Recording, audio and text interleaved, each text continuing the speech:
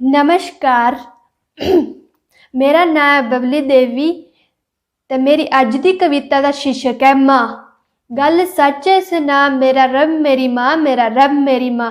दुख झल्ली बेशुमार जमी दस्या ओ संसार, मिकी करे बड़ा प्यार गिले सोने की तैयार ओदी सिफत के सुना मेरा रब मेरी माँ, मेरा रब मेरी माँ। अपने हत्थें उन्हें नुआया, मत्थे तिलक भी लवाया, पकड़ी उंगली च लाया, माँ अखर भी सिखाया, अज पुज्जी इत्ते तां मेरा रब मेरी माँ, मेरा रब मेरी माँ। बगैर मेरे नहीं ओ बोंदी, गोदी चुक्की ही चलाउंदी, कन्नै लोड़ी ही सुनाउंदी, नींदर शैल ही औंदी, मेरे मनै च ओदी थां मेरा रब मेरी माँ, मेरा रब मेरी माँ।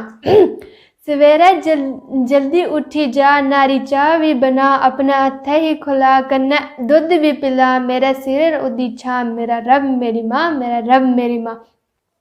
कोई तकलीफ मिकी होंदी पूरी रात नहीं ओ सौंदी, ओ दुआं भी मिकी दिंदी, ओदी दुआ ओदा कोई मोल नहीं लिंदी, हर पल ओदियां दुआओं पा मेरा रब मेरी माँ, मेरा रब मेरी माँ। जय डुग्गर जय माँ डोगरी।